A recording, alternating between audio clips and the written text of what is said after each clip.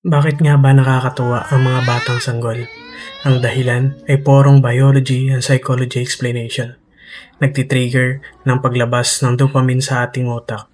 Ito ang paraan ng kalikasan para masiguro na aalagaan at protektahan natin sila. Narito ang apat na pangunahing dahilan kung bakit nakakatuwa at nakakagigil ang mga sanggol.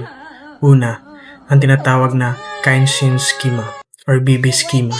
Ito ang scientificong tawag sa pisikal na katangian ng mga sanggol.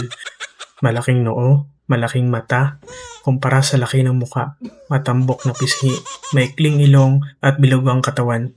Ayon sa mga evolutionary biologist, kapag nakikita ng utak ng tao ang mga katangiang ito, otomatikong naglalabas ang utak natin ng dopamine, ang feel-good hormones.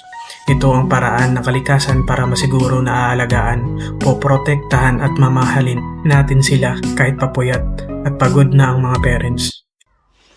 Pangalawa, ang kanilang bango or baby smell. Hindi lang visual ang pangakit ng mga sanggol, biochemical din.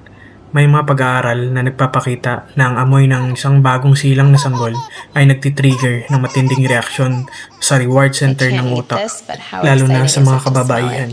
Ang amoy na ito ay parang natural na anti-stress at mood booster. Pangatlo, ang anti-social smile at tawa.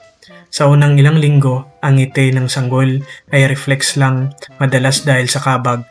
Pero sa ikalawa o tatlong buwan, nagsisimula na ang tinatawag na social smile, ang ngiting tugon sa mukha o boses na nag-aalaga sa kanila. Ang maririnig ang kanilang hagik o gigil ay isa sa mga tunog na ang pinakamataas na epekto sa emosyon ng tao dahil ito ay tunay, walang halong plastic at nagpapahiwatig ng tiwala at kaligtasan. Pangapat, ang kanilang pagiging clumsy o lagpas-lampasang kilos. Dahil hindi paganap ang kontrol nila sa kanilang motor skills. Ang mga simpleng kilos tulad ng pag-abot sa laruan ay nakikita nating nakakatuwa. Ang kanilang pagiging inosente sa sarili nilang katawan ay nagdudulot ng natural na aliw. Sa madaling salita, nakakatuwa ang mga sanggol dahil iyon ang kanilang defense mechanism, ang magiging labis na kaakit-akit para alagaan sila ng matatanda habang hindi pa nila kayang buhayin ang kanilang sarili. At kung gusto mo ng mga ganitong content, follow for more.